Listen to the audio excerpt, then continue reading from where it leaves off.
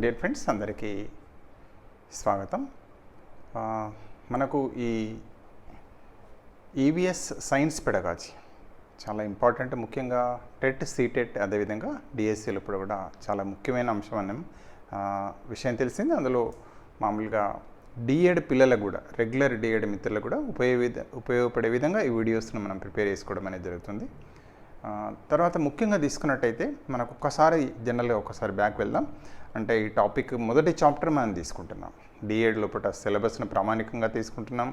అదేవిధంగా సీటెడ్ సిలబస్ను కూడా రెండింటిని ప్రామాణికంగా తీసుకొని మనం ముందుకు వెళ్ళడం అనేది జరుగుతుంది. సరే, దాన్ని ఇక్కడ ఫస్ట్ తీసుకున్నట్టయితే ఒక్కసారి దయచేసి మనం అందరికీ తెలిసిందే. అంటే ఈవీఎస్కు, పెడగాజీ ఆఫ్ ఈవీఎస్కు మనకు 6 మార్కులు ఉంటాయి. 6 మార్క్స్ ఏమో ఈ యొక్క టెట్ లోపల ఏపీలో కానివ్వండి, టీఎస్లో కానీ ఉంటాయి. అదేవిధంగా సీటెట్లో మాత్రం పెడగాజీకి ఏముంది అంటే దాదాపు 15 మార్కులు ఇస్తున్నాడు. కాంటెంట్కు 15 ఇస్తున్నాడు సీటెట్లో. తప్పనిసరిగా ఈ మార్పును తప్పనిసరిగా గమనించాలి మిత్రులందరికీ విజ్ఞప్తి. సీటెట్లు పట ఈవీఎస్ పెడగాజీకి 15 మార్కులు ఉంటున్నాయి, కాంటెంట్కి 15 మార్కులు. అదేవిధంగా కాంటెంట్ మనకు ఎక్కడ అంటే సీటెట్లో పట ఏదైతే ప్రైమరీ లెవెల్ సిలబస్ ఉందో అదే ఇస్తున్నాడు. దయచేసి చూసుకోండి, ఎందుకంటే గైడ్లైన్స్ చూస్తే మీకు తెలిసిపోతుంది.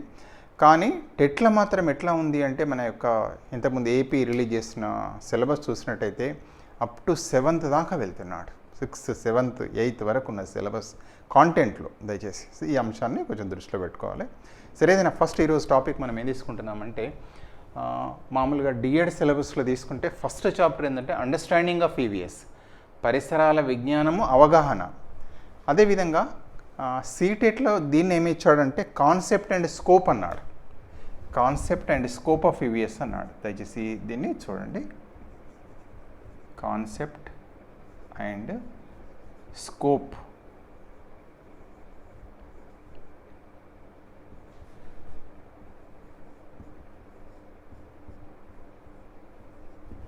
అని ఇస్తున్నాడు. సో ఈ అంశాల లోపల కొన్ని అంశాలను ఈరోజు మనం కవర్ చేసుకుందాం ఈ వీడియోలో. ఫస్ట్ మనం చూసినట్టయితే ఇక్కడ ఈవీఎస్ అంటే జనరల్గా మనందరికీ తెలిసిందే ఎన్విరాన్మెంటల్ స్టడీస్ అంటాం, పరిసరాల విజ్ఞానం. జనరల్గా దీన్ని ఏమంటామంటే ఈవీఎస్ను తీసుకుంటే ఎన్విరాన్మెంటల్ స్టడీస్. అక్కడ మళ్ళొకసారి చూస్తున్నాం. ఈవీఎస్ అంటే ఇంగ్లీష్లో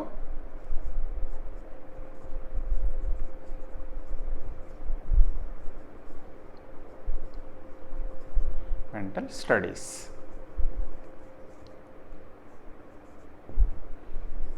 ఎన్విరాన్మెంటల్ స్టడీస్. అదేవిధంగా తెలుగులో దీన్ని ఏమని ఇచ్చారు?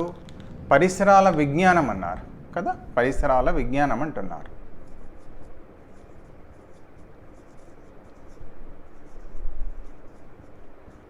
విజ్ఞానం. అయితే ఇక్కడ ఏమిందంటే మరి ఎన్విరాన్మెంట్లో ఏ అంశాలు వస్తాయి? అసలు ఎన్విరాన్మెంట్ అన్న పదానికి మూలమేంది? దాన్ని అండర్స్టాండింగ్ ఈవీఎస్ అని అంటున్నాడు టాపిక్. అందుకే అట్లా డెవలప్ చేశారు. ఫస్ట్ చాప్టర్ డెఫినెట్గా ఇళ్ళకెళ్ళి క్వశ్చన్స్ మనం ఎక్స్పెక్ట్ చేస్తాం. What is environment? పరిసరం అంటే ఏంది? What is environment? దీన్నే తీసుకున్నట్టు ఈ ఒక్క పదాన్ని తీసుకుంటున్నాం, ఎన్విరాన్మెంట్ అని తీసుకుంటున్నాం. సింపుల్గా చెప్పాలంటే వాట్, దీనికి పరిమితం అవుతుంది. ఈ యొక్క ఎన్విరాన్మెంట్ అనే పదం ఎక్కడి నుంచి వచ్చింది అంటే ఎన్విరానర్ అనే ఫ్రెంచ్ పదంకి వెళ్ళి వచ్చింది. ఎన్విరానర్ అనే ఫ్రెంచ్ పదం. ఎన్విరానర్ అంటే అర్థం ఏంటంటే సర్కిల్ అంటాం కదా, ఎన్సర్కిల్ లేదా సరౌండింగ్స్. చూడండి, ఈ విధంగా ఎన్విరాన్మెంట్ అనే పదానికి ఈ పదం ఎక్కడి నుంచి వచ్చింది అంటే ఎన్విరాన్మెంట్ అనే పదం ఉంది కదా, అంటే పదానికి మూలం ఏంటంటే ఎన్విరానర్ అనే ఫ్రెంచ్ పదం.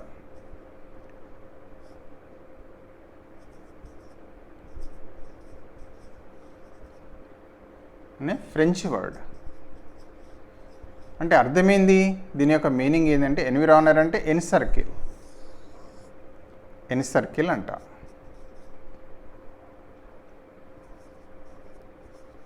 సరౌండింగ్స్ సింపుల్గా.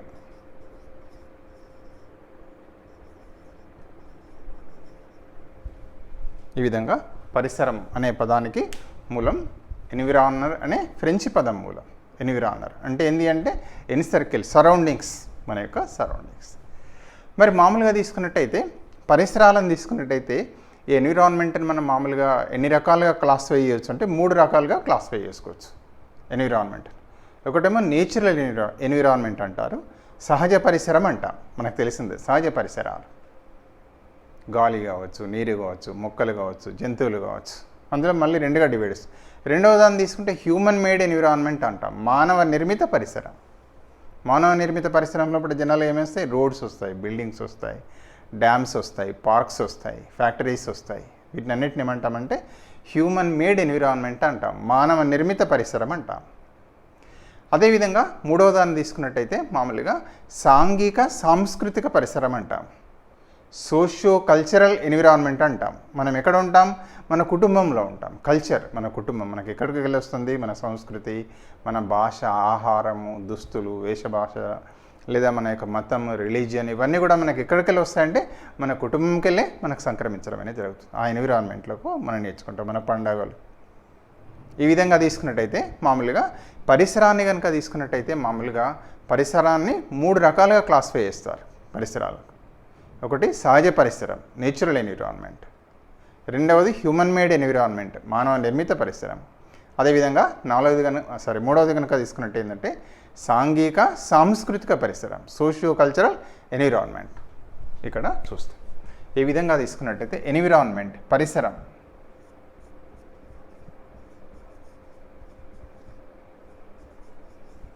ఇంకా తీసుకున్నట్టయితే లేదా దీన్ని పరిసరం. ఎన్ని రకాలుగా మనం దీన్ని క్లాసిఫై చేయడం జరుగుతుందంటే, ఎన్ని రకాలుగా చేస్తారంటే పరిసరాన్ని తీసుకున్నట్టయితే ఇది జనరల్గా 3 రకాలుగా క్లాసిఫై చేస్తారు. ఒకటి సహజ పరిసరం లేదా నేచురల్ ఎన్విరాన్మెంట్ అంటారు దాన్ని. నేచురల్ ఎన్విరాన్మెంట్, నేచురల్ ఎన్విరాన్మెంట్ లేదా దీన్ని సహజ పరిసరం అంటాం తెలుగులో. అదేవిధంగా రెండవ దాన్ని ఏమంటారంటే human made environment, human made environment లేదా మానవ నిర్మిత పరిసరం, మానవ నిర్మిత పరిసరం. అదేవిధంగా మూడవది తీసుకుంటే ఏమనుకున్నాం, సాంఘిక సాంస్కృతిక పరిసరం, సోషియో కల్చరల్ ఎన్విరాన్మెంట్ అంటారు. Socio cultural environment, cultural environment. దీన్ని సాంఘిక సాంస్కృతిక పరిసరం అంటారు. సాంస్కృతిక పరిసరం అంటారు.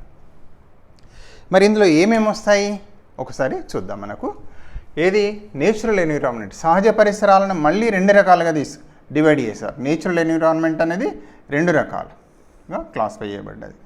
ఒకటేమో బయాటిక్ ఎన్విరాన్మెంట్, బయాటిక్ ఎన్విరాన్మెంట్ లేదా జీవ సంబంధ పరిసరం. మరి ఇందులో ఏమేమి వస్తాయి, జీవం ఉన్నాయి. ఏమేంటి జీవం ఉన్నాయి, ప్లాంట్స్, ఎనిమల్స్, మైక్రో ఆర్గానిజమ్స్ కదా, మొక్కలు, జంతువులు, సూక్ష్మజీవులు. అందులో ఏమేమి వస్తాయంటే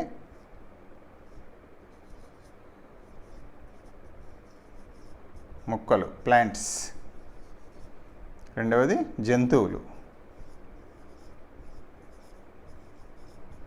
ఎనిమల్స్, అదేవిధంగా మూడవది సూక్ష్మజీవులు, మైక్రో ఆర్గానిజమ్స్.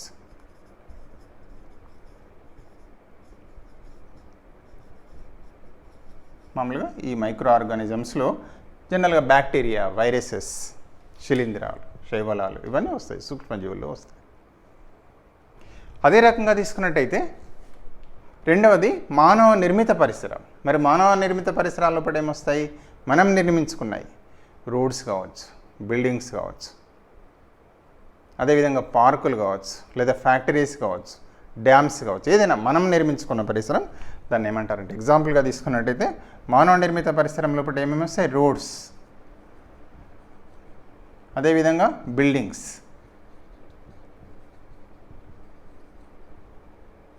తర్వాత డ్యామ్స్ లేదా పార్క్స్, ఇవన్నీ కూడా మామూలుగా దీని కింద మానవ నిర్మిత పరిసరం కింద వస్తాయి. అదే రకంగా తీసుకున్నట్టయితే సాంఘిక సాంస్కృతిక పరిసరం అంటే మనం శిశువు ఎక్కడ జన్మిస్తాం, మనం ఎక్కడ మన జీవితం ప్రారంభమవుతుంది, కుటుంబంలో ప్రారంభం కావడం అనేది జరుగుతుంది. కుటుంబం, చిన్న శిశువు కుటుంబంలో ఉంటాడు, అవునా కదా, తల్లి తండ్రి కుటుంబంలో వీళ్ళందరూ వస్తారు, తాత అక్క చెల్లి వీళ్ళందరూ కూడా. ఈ విధంగా ఎక్కడ స్టార్ట్ అవుతుంది సాంఘిక సాంస్కృతిక పరిసరంలో ఏమేమి వస్తాయంటే ఎగ్జాంపుల్ తీసుకుంటే కుటుంబం, ఫ్యామిలీ, లేదా ఫ్రెండ్స్ అని కూడా పేర్కోవచ్చు. దీన్ని కుటుంబం అంటాం తెలుగులో, ఫ్యామిలీ. తర్వాత ఇరుగు పొరుగు కూడా వస్తారు. అదేవిధంగా ఫ్యామిలీతో పాటు అదేవిధంగా ఏమొస్తుంది అంటే సాంఘిక సాంస్కృతిక పరిసరం, కల్చర్లో ఏమేమి వస్తుంది, భాష వస్తుంది, మనం మాట్లాడే భాష వస్తుంది. అదేవిధంగా ఫుడ్ కల్చర్, ఫుడ్ వస్తుంది.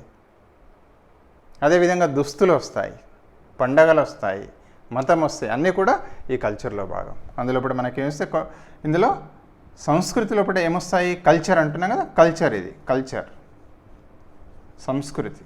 కల్చర్లో పట ఏమేమి వస్తాయి అంటే లాంగ్వేజ్ వస్తుంది, భాష,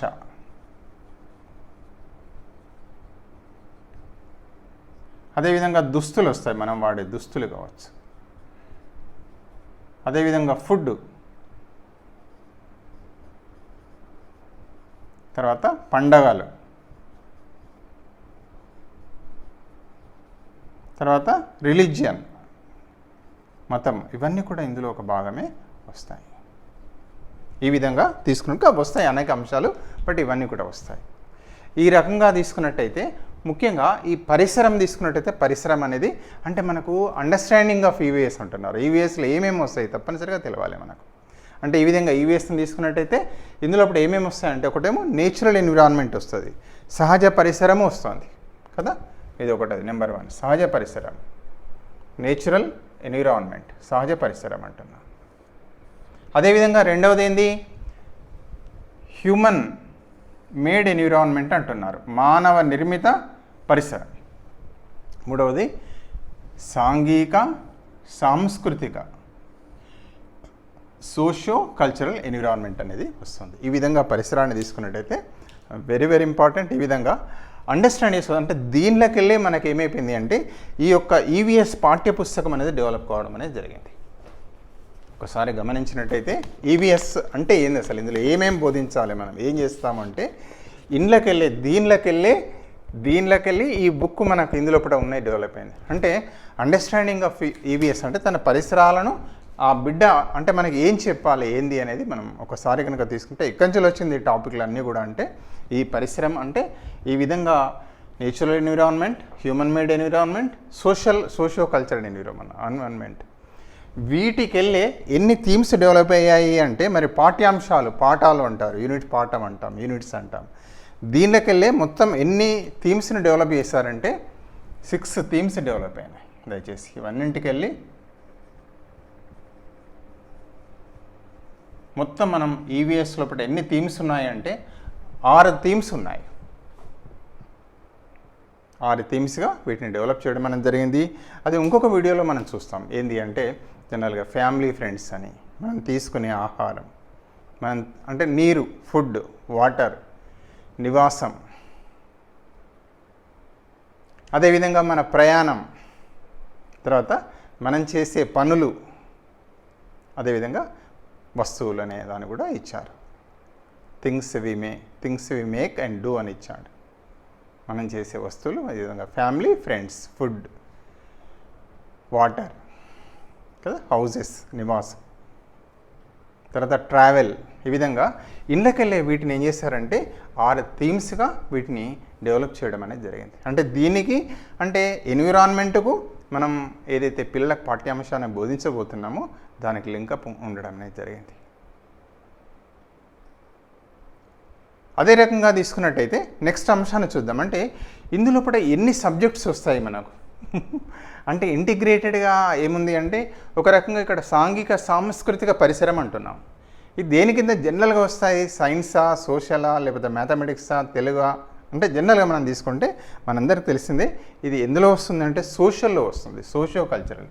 సబ్జెక్ట్ ఏ సబ్జెక్ట్ వస్తుందంటే సోషల్లో వస్తుంది. మరి ఇవన్నీ దేని కింద వస్తాయి? మొక్కలు, జంతువులు, సూక్ష్మజీవులు, ఇవన్నీ మనం తీసుకుంటాం మనం, అవునా కదా? అదేవిధంగా వీటిని సింపుల్గా చెప్పాలంటే దీన్ని ఏమంటామంటే సైన్స్ అంటాం. అంటే ఒక రకంగా చెప్పాలంటే ఇందులో ఏ సబ్జెక్ట్స్ ఉన్నాయంటే ఒకటి సైన్స్ ఉంది, రెండవ దాన్ని తీసుకుంటే సోషల్ సబ్జెక్ట్ కూడా ఉంది. అంతే రకంగా ఇంకొకటి ఈ మధ్యకాలంలో మనకు తెలిసిందే, ఏదంటే కాలుష్యం అంటాం, పొల్యూషన్ అంటాం. మనకు జల కాలుష్యం, నీటి కాలుష్యం, గాలి కాలుష్యం. అదేవిధంగా ఈ మధ్యకాలంలో విపరీతంగా వర్షాలు వస్తున్నాయంటే మామూలుగా కాలచక్రం లోపల అంటే కాలం లోపల మార్పులు వస్తున్నాయి, పడితే ఒకటే వర్షాలు పడుతున్నాయి, ఉపద్రవం మనం చూస్తుంటున్నాం. నీటి కాలుష్యం, జల కాలుష్యం, వాయు కాలుష్యం, ఇదంతా దేని వస్తారంటే కాలుష్యం అంటాం. అంటే వాతావరణం గురించి, పర్యావరణంలో అనేక మార్పులు వస్తున్నాయని చెప్తున్నారు, దాన్ని పర్యావరణ విద్య. మూడవది ఏంటి అంటే ఇందులో ఇంటిగ్రేటెడ్గా ఉన్నది ఏంటి అంటే ఎన్విరాన్మెంటల్ ఎడ్యుకేషన్.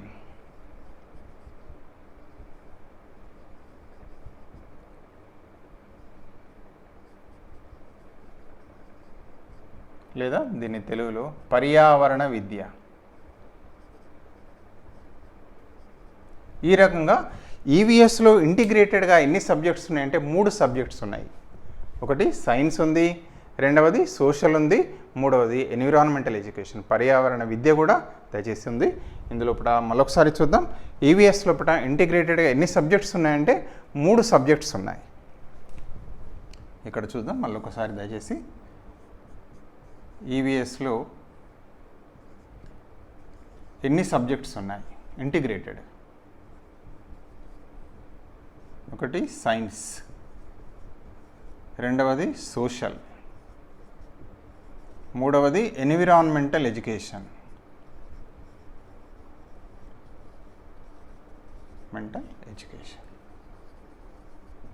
ఈ విధంగా 3 సబ్జెక్ట్స్ ఉన్నాయి.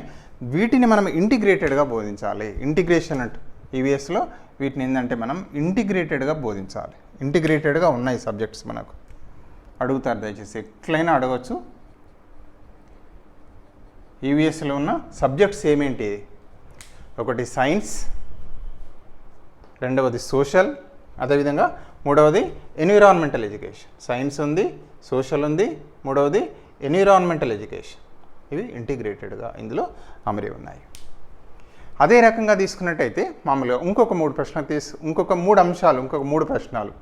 అంటే పిల్లవాడు ఏంటంటే ఈవీఎస్లో అంటే 3 ప్రశ్నలు వేసుకోవాలంటాడు బిడ్డ కోణంలో. వాట్, వై, హౌ అంటారు. వాట్ అంటే ఏమి నేర్చుకోవాలి బిడ్డ అంటే పరిసరాలను గురించి నేర్చుకోవాలి, తన చుట్టూ ఉన్న ఎన్విరాన్మెంట్ని గురించి నేర్చుకోవాలి.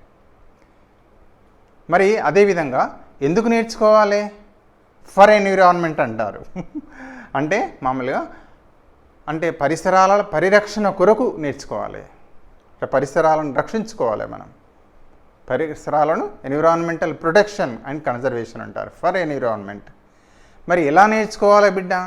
త్రూ ఎన్విరాన్మెంట్ అంటారు, పరిసరాల ద్వారానే బిడ్డ నేర్చుకోవాలి. అంటే అందులో ఇప్పుడు ఎట్లా ఉందంటే మోడ్ ఆఫ్ ట్రాన్సాక్షన్ ఎట్లా చేయాలి బిడ్డ ఎలా నేర్చుకోవాలని కూడా ఉన్నది.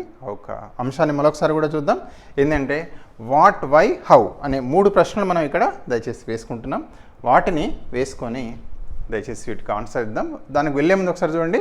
మామూలుగా పరిసరాల విజ్ఞానం అవగాహన, కాన్సెప్ట్ అండ్ స్కోప్ అనేది మనకి ఇవ్వడం జరిగింది. స్కోప్ ఎంత ఉంది అంటే ఇవంతా స్కోపే. దీనంతా కూడా ఎక్కడ దాకా బిడ్డ నేర్చుకునే అవకాశం ఉంది అంటే కల్చర్ గురించి సోషల్లో తీసుకుంటే ఫ్యామిలీ, ఫ్రెండ్స్, కల్చర్లో లాంగ్వేజ్, అదే కదా, దుస్తుల గురించి, ఆహారం గురించి, పండుగలు, ఇవన్నీ ఉన్నాయి ఇందులో ఒక అంతర్భాగం. అదేవిధంగా ఈ యొక్క మానవ నిర్మిత పరిసరం, అదేవిధంగా నేచురల్ ఎన్విరాన్మెంట్. ఇక్కడ నెక్స్ట్ అంశాన్ని మనం చూడబోతున్నాం. ఏంది అంటే ఇంతకుముందు చెప్పుకున్నట్టు పిల్లవాడు వాట్ అంటే ఈవీఎస్లో పిల్లలు ఏమి నేర్చుకోవాలి, ఎందుకు నేర్చుకోవాలి, అదేవిధంగా ఎలా నేర్చుకోవాలి అనేది జనరల్గా అది కూడా చెప్పబడుతుంది. అది కూడా చాలా ఇంపార్టెంట్ అంశం, తప్పనిసరిగా దయచేసి అది కూడా. అంటే ఇక్కడ ఏంటంటే ఈవీఎస్లో ఏం నేర్చుకోవాలి అంటే పరిసరాల గురించి నేర్చుకోవాలి.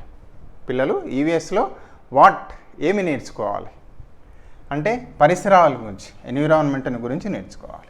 అంటే అది భౌతిక పరిసరం కావచ్చు, లేదా సాంఘిక పరిసరం కావచ్చు, లేదా హ్యూమన్ మేడ్ ఎన్విరాన్మెంట్ కూడా కావచ్చు. ఈ విధంగా పిల్లవాడు ఈవీఎస్లో అంటే వాట్, వై, హౌ అని ఇస్తారు. ఇక్కడ వాట్ ఏమి నేర్చుకోవాలి. ఈవీఎస్లో పిల్లవాడు వాట్ చైల్డ్ షుడ్ లెర్న్ అంటే అబౌట్ ఎన్విరాన్మెంట్. వాట్ అంటే దీనికి ఆన్సర్ ఏంది అంటే ఇది దేని గురించి నేర్చుకోవాలంటే మామూలుగా అబౌట్ ఎన్విరాన్మెంట్, అబౌట్ ఎన్విరాన్మెంట్ లేదా పరిసరాల గురించి నేర్చుకోవాలి.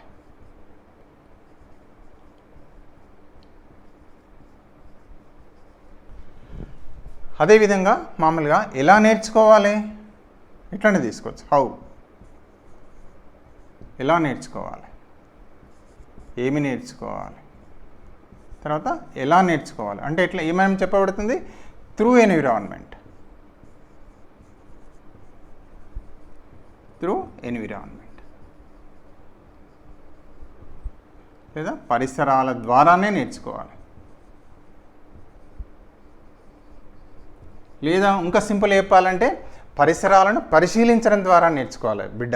ఎట్లా అంటే పరిసరాల ద్వారా అంటే పరిశీలన ద్వారా, పరిశీలించడం ద్వారా ఒక కోణంలో చెప్పబడదు. ఎన్నో వస్తాయి ఇందులో పుట. అదేవిధంగా మమ్మల్ని ఎందుకు నేర్చుకోవాలి, వై ఎందుకు, ఈ పరిసరాల గురించి బిడ్డ ఎందుకు నేర్చుకోవాలి అంటే పరిసరాల పరిరక్షణ కోసం, ఫర్ ఎన్విరాన్మెంట్ అంటారు దీన్నే, ఫర్ ఎన్విరాన్మెంట్.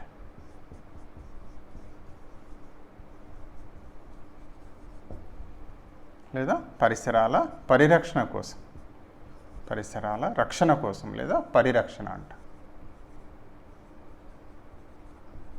లేదా టు ప్రొటెక్ట్, ఇంగ్లీష్లో 2 పదాలు ఇచ్చారు, టు ప్రొటెక్ట్ అండ్ కన్జర్వ్ అని కూడా ఇచ్చారు.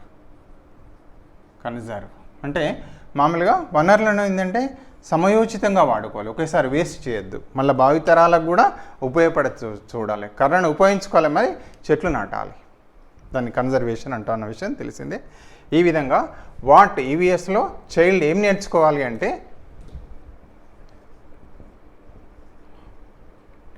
చైల్డ్ ఇక్కడ ఏమి నేర్చుకోవాలి, వాట్ హీ షుడ్ లెర్న్ ఏమి నేర్చుకోవాలి. అదేవిధంగా ఎలా నేర్చుకోవాలి అంటే గుర్తుండడం సులభం అవుతుంది మనకు. ఈ విధంగా పోతే నేర్చుకోవాలి, ఎందుకు నేర్చుకోవాలి,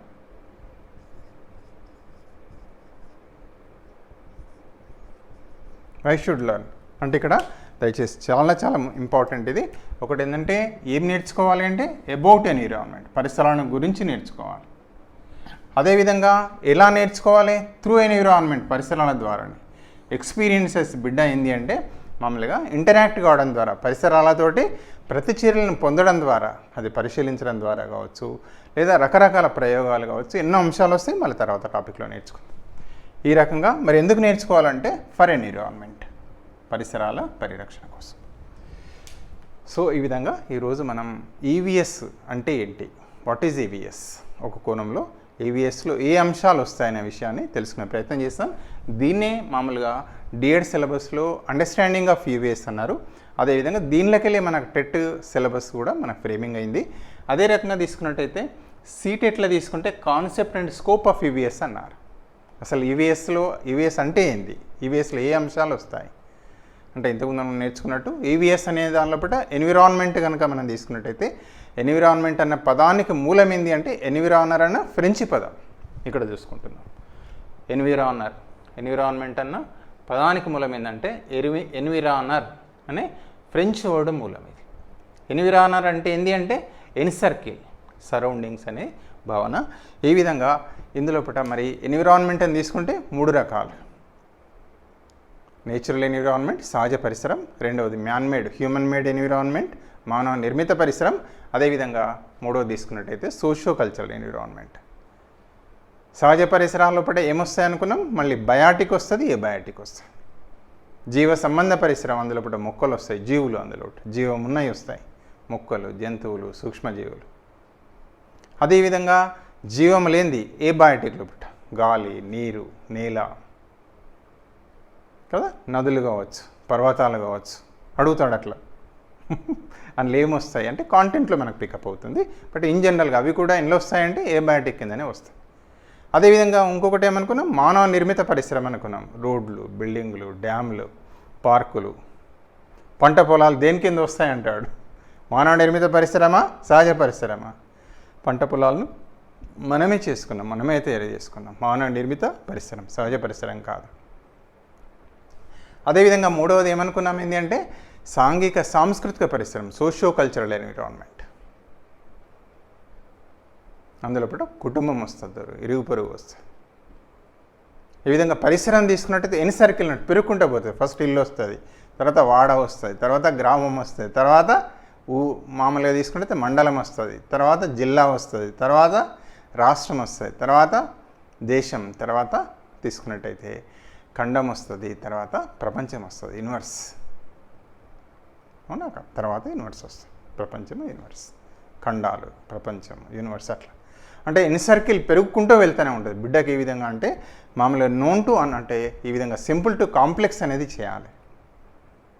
సో ఈ రకంగా దీనిలోకెళ్ళి ఈ టాపిక్లకెళ్ళి ఏమనుకున్నాం ఇంతకుముందు మనం మాట్లాడిన దానిలోకెళ్ళి దీనిలోకెళ్ళి ఏమైతే అంటే మొత్తం టాపిక్స్ ఈవీఎస్ లోపల 6 థీమ్స్గా డెవలప్ చేయడం అనేది జరిగింది.